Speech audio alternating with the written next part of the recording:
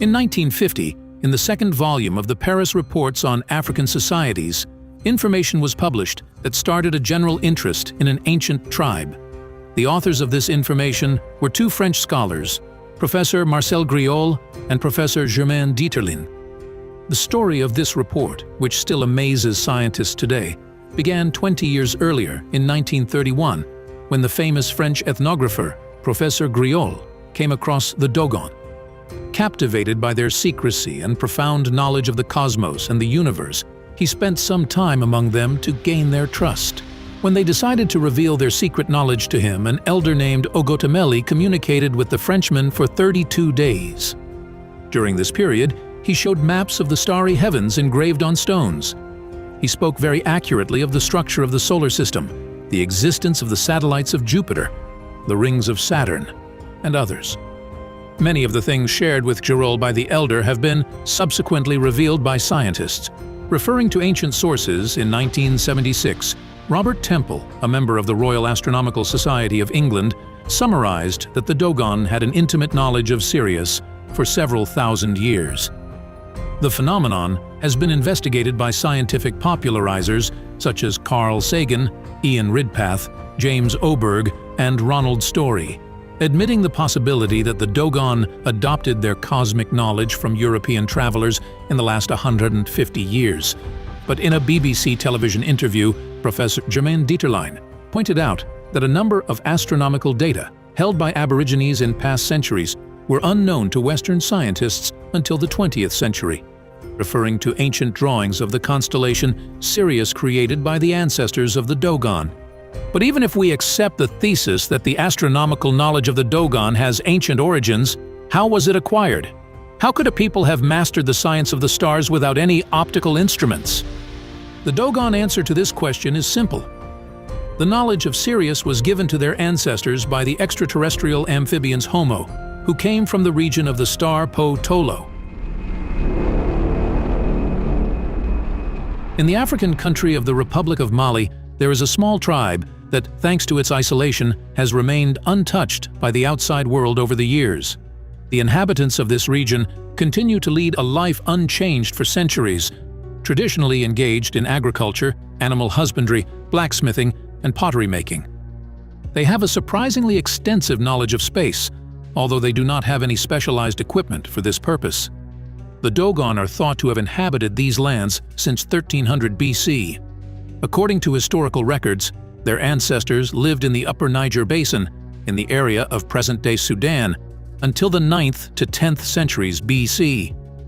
During their migration to the new lands, they gradually pushed out the previous inhabitants, adopting some aspects of their culture, including their language. Today, the population of the tribe reaches about 300,000. The people of the tribe build their homes in the foothills of the mountains using clay, and their roofs are flat. In their settlements, the dwellings touch wall to wall. An interesting feature is the men's houses, characterized by their extremely low roofs. They are designed so that in the event of a dispute, the men cannot stand upright at their full height. In addition to these, special women's houses are found outside the settlement boundaries, where women retreat during their menstruation. A considerable minority of the Dogon professes Islam, and some have been converted to Christianity by missionaries. Most, however, profess animism, incorporating the ancestral spirit of Homo, with its festivals and belief in Sirius. Thus, they continue to preserve and transmit through the generations their knowledge of the cosmos and world order. From here on, the curious explorers begin the interesting part. The Dogon not only had knowledge of space, they had maps and accurate data on planets long before we suspected their existence. Just imagine the following picture. An African tribe performing a ritual on a specific period associated with the cyclical movement of a planet, the existence of which even the greatest minds in the world do not suspect. Funny, isn't it? Well, as fun as it is also a fact, because that is exactly the case with the Dogon tribe. They describe the universe as infinite but measurable, and full of many Yalo Ulo, or star systems, including the one containing our Sun. Their knowledge of the universe also includes claims that most of it is part of the outer star system, while closer to Earth lies the inner star system. The stars included in the inner system have an effect on life on Earth and play an important role in human history. including not only Sirius, but also Orion, Pleiades, and others. The Dogon have detailed knowledge of the constellation Canis Major, Big Dog, that has been passed down through time from one generation to the next. With regard to the star Sirius, for example, although it is only 21 times brighter than our Sun, and there are stars of much greater power than it, from Earth, it is perceived as the brightest of all the stars in the sky because of its proximity, which is only 8.5 light years from us. In close proximity to Sirius is the collapsed star Sirius B. In a letter dated August 10, 1844, the German astronomer Friedrich Wilhelm Bessel concluded from changes in Sirius's proper motion that it had an invisible companion. Almost 20 years later, on 31st January 1862, the American astronomer and telescope maker Alvin Graham Clark first observed the faint satellite we now call Sirius B. However, definitive proof of its existence did not come until 1970, when it was photographed for the first time. Identifying Sirius B proved to be a challenge, as this compact star emits very little light and is dimmed by the brilliance of Sirius, which is 10,000 times brighter. However, the Dogon had surprisingly accurate information about the orbits and densities of these stars long before they were documented by modern astronomers.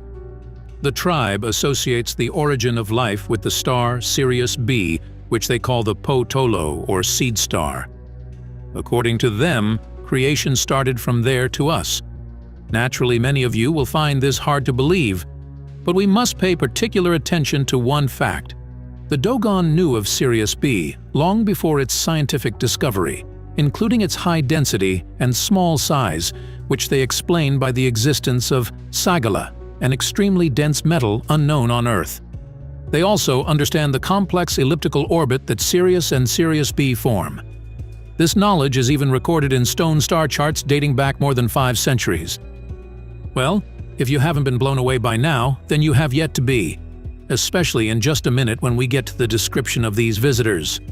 Before that, though, we continue with something even more interesting. The Dogon claim that Sirius B has an orbital cycle of 50 years relative to Sirius. Well, guess what? It was only recently confirmed by astronomers that this cycle is 50 years and 15 days. They also believe that Sirius B rotates on its axis in a time equal to 1 solar year, a detail for which modern science still has no data. Furthermore, the Dogons speculate about the existence of a third body, called by them Ema, which could be a small star with a planet or a large planet with a satellite.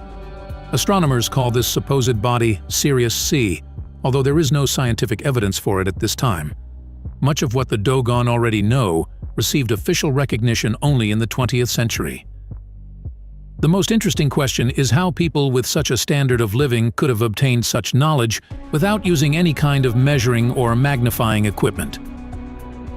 Approximately 5,500 years ago, the Homo arrived from the constellation Sirius in a huge galactic transport vessel named by the Dogon Pelu Tolo, or Star of the 10th Moon. Homo's ship was spiraling towards Earth. Around it flashed lightsabers, and the noise it made was unheard of among the tribe. When the vessel touched the ground, it made several bounces and only then came to a stop. After the dust cleared, there was a new star in the night sky. Presumably, this was the mothership of the visitors. Actually, now you'll say that's a common sight in science fiction movies. But we'll take you back to 1969, when we humans used the same strategy of having only the lunar module land on the moon and the landers stay in orbit. In the language of the Dogon, Homo means connected to water, and for whom the most important thing is to drink. On rock images created by the ancestors of the Dogon, the Homo are represented as creatures combining features of man and lizard, reminiscent of the amphibian demigod Oannes, as well as the Babylonian demon Owani, who are depicted with fishtails. These similarities to mythological figures from other ancient civilizations that existed during the migration of the Dogon ancestors raise many questions. The descriptions of Homo bear a remarkable resemblance to the Akkadian amphibian Ee, the Sumerian god Enki, and the Egyptian goddess Isis, depicted as a siren in religious art. According to ancient lore, which we have already examined many times, it was from these creatures that human civilization began, presenting themselves as key figures in the mythology and cultural heritage of various peoples. Following this trail, we looked for similarities in other cultures, and were surprised. Yes, there are traces of these visitors in more ancient cultures, also pointed to as the cradle of civilization. In ancient Egypt, sages praised the star Sirius, which was associated with the goddess Isis. The temple at Dendera was erected in her honor, and so designed that on New Year's Day, the rays of Sirius would penetrate through a specially created opening directly into the interior of the sacred chapel. From here we again draw a parallel that takes us back to where we started, with the Dogon. The temple at Dendera and what goes on inside is very reminiscent of a ceremony performed by an ancient tribe called the Squeeze. It takes place once every 6 decades when Sirius is visible through a small opening in one of the cliffs near the settlement of Yugodogoro. The ceremony lasts a full 5 years and is timed to a specific point in Sirius's orbit. During this period, the Dogon are initiated into the knowledge and traditions of their tribe. They participate in a complex sequence of dances performed by men of the tribe wearing unique masks that embody the unbridled power of nature, demonstrating the deep connections between the cosmos, nature, and human culture. In fact, this is another culture that speaks to the unearthly origins of humans. It is strange how this capsulated tribe has legends, stories, and knowledge that overlap with what the ancient Sumerians recorded. Well, their visitors come from the very distant planet Nibiru, but the similarities are striking. The Dogon are adamant that the alien ancestors will surely return, but this time they will be in human form.